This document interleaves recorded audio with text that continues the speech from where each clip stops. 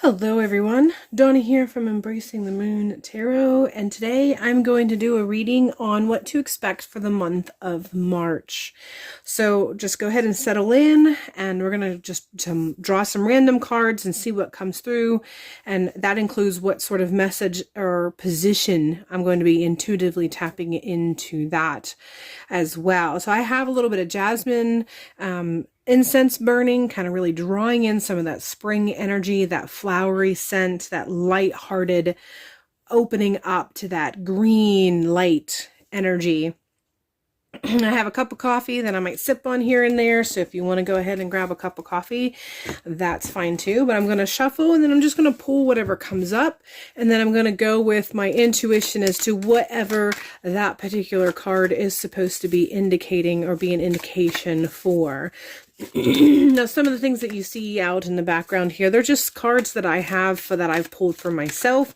If you get a little bit of something from that as well, take it. Let Spirit speak to you. Let it guide your intuition and what it is that you're supposed to be receiving, not just whatever I have to say. First card we have is the Lotus card. So we're tapping, and this is speaking to me in terms of chakras. So that idea of how there are so many petaled flowers for each chakra, depending on which one it is, and also the lotus, or the multi petaled one, millions of petals for the crown chakra. So for me, this is just really tapping into the idea that you are going to be doing some work in the month of March in regards to your chakra, to you personally. So for some of you, it might be your first chakra. For some of you, it might be your second chakra. For some, it might be the third, and so on and so on.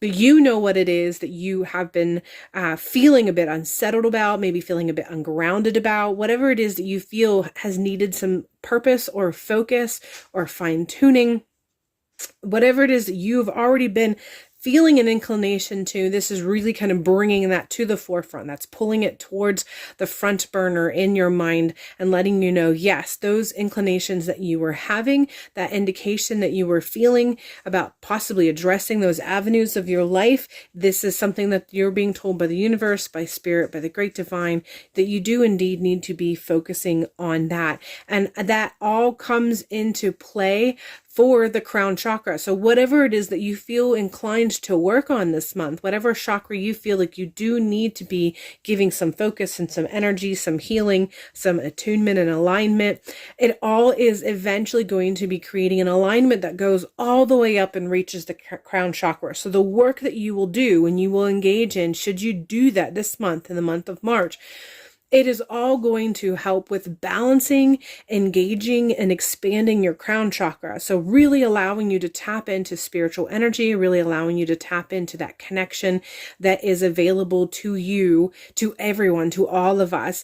And that's not just from guidance and intuition and allowing us to have a spiritual connection, but it's also for healing and allowing us to really kind of feel a bit more solid in our footing physically, because we feel that much more balanced and solid in our footing spiritually. So that's why it is very important. We're going on with sword, and in tarot, sword usually taps into the energy of communication. And so this is coming into play as well for the month of March. First and foremost, your communication with yourself, I feel, is the biggest thing that this is coming through. Some of you need to do better. You're not speaking to yourself in the right way, or you have a narrative or a dialogue that you have been really tapping into on a consistent basis, and it's not benefiting you, it's not helping you. You need to switch that, you need to change it, you need to do better with using more encouraging words, more supportive words, more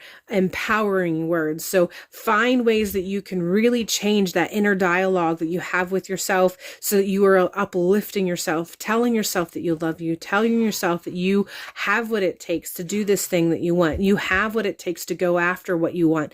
You deserve what it is that you desire.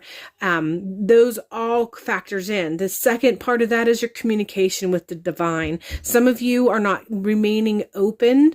There's a fear that I'm getting that comes into play. There's a fear of maybe allowing yourself to be open. Maybe it was something that you were told when you were younger. Maybe it was a past experience.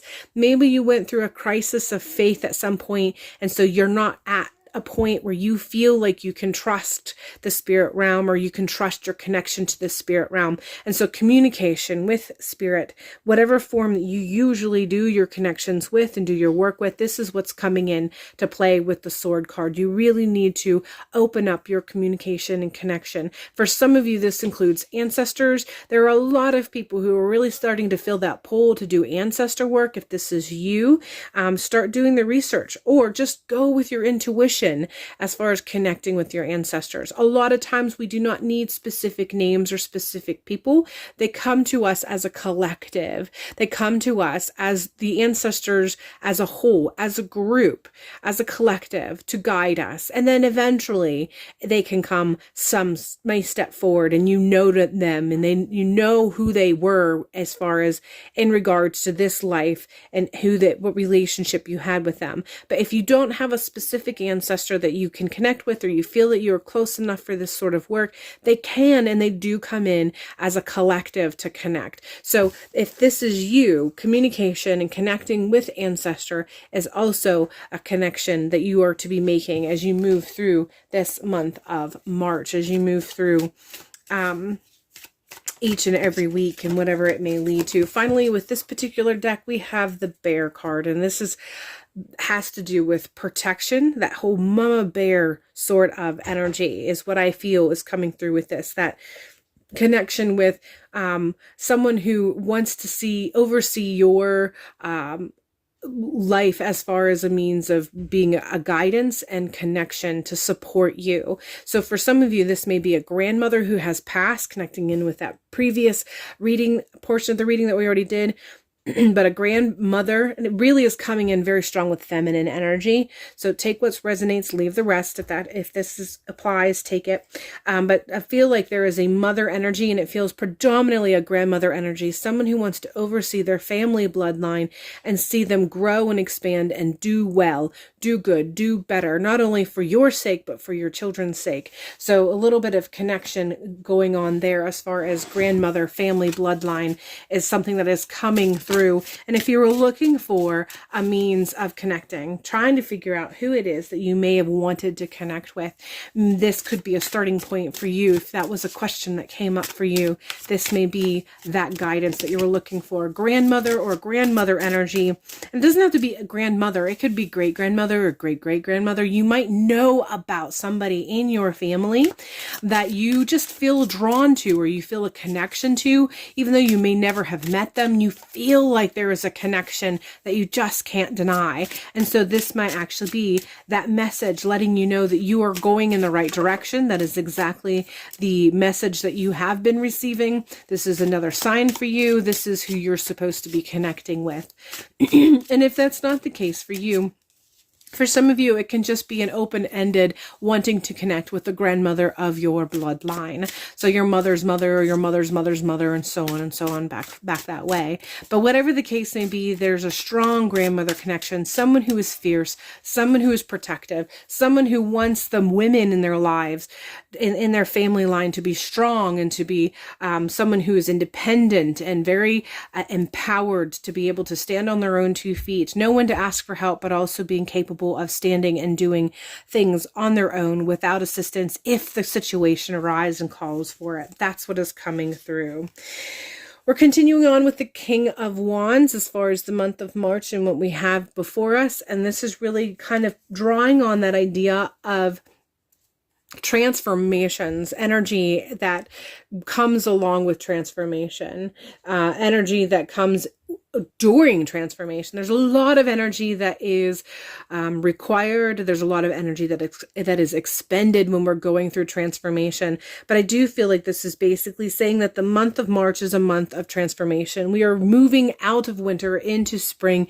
And I feel like this is also ringing true for people on a personal level. You're moving out of a long, dark winter and you're moving into spring.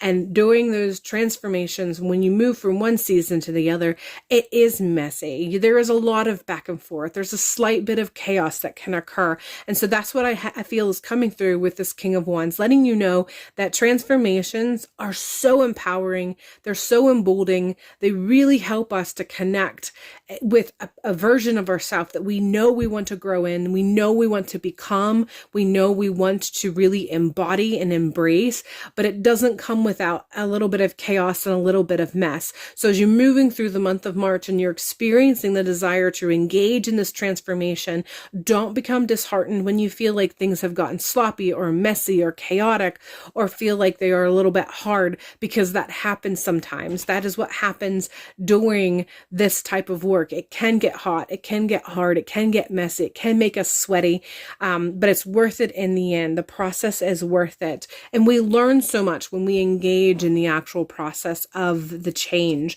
So just don't get disheartened, really still remain engaged in this process. If you know that this is a transformation that you want, if this, you know, you're working towards something about yourself that you want to embody, allow yourself to just continue to do the work and find ways to really tap into yourself, to encourage yourself to continue on this journey that you have already begun.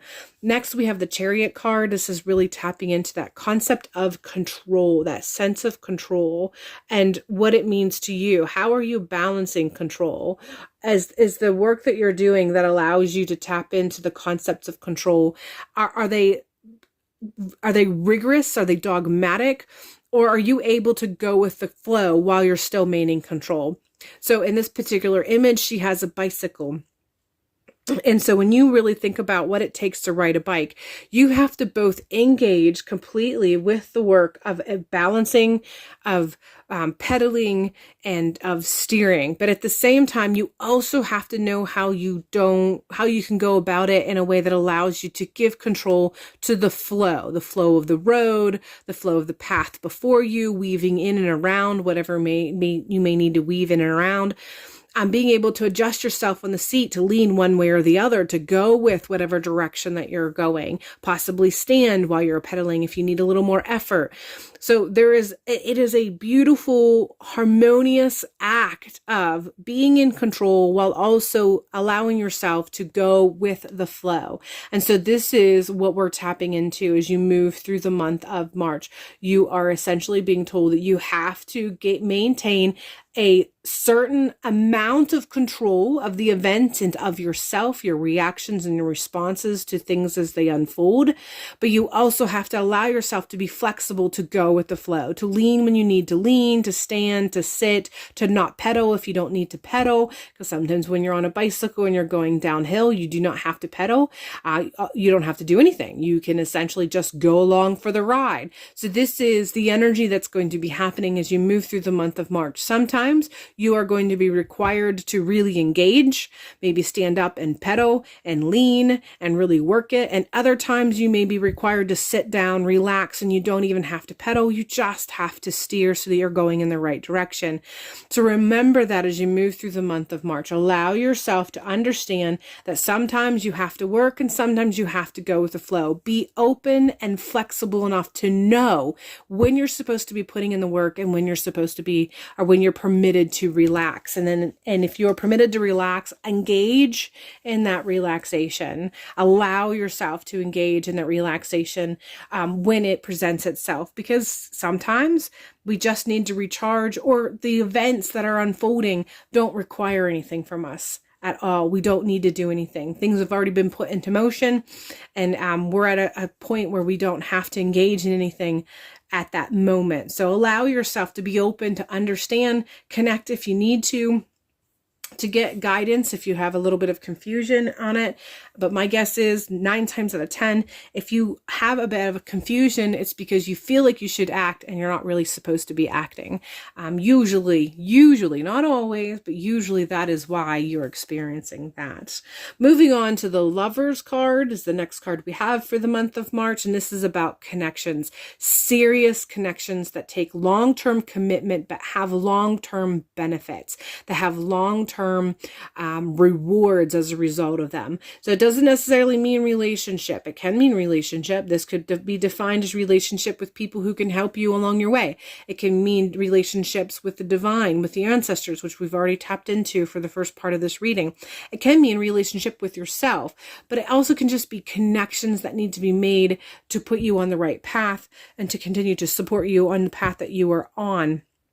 So it can be job promotions related. It can be connecting with spirit, maybe getting into a position where you feel like you know which way you're supposed to be going as far as what divine deity you need to be connecting with, ancestors you need to be connecting with.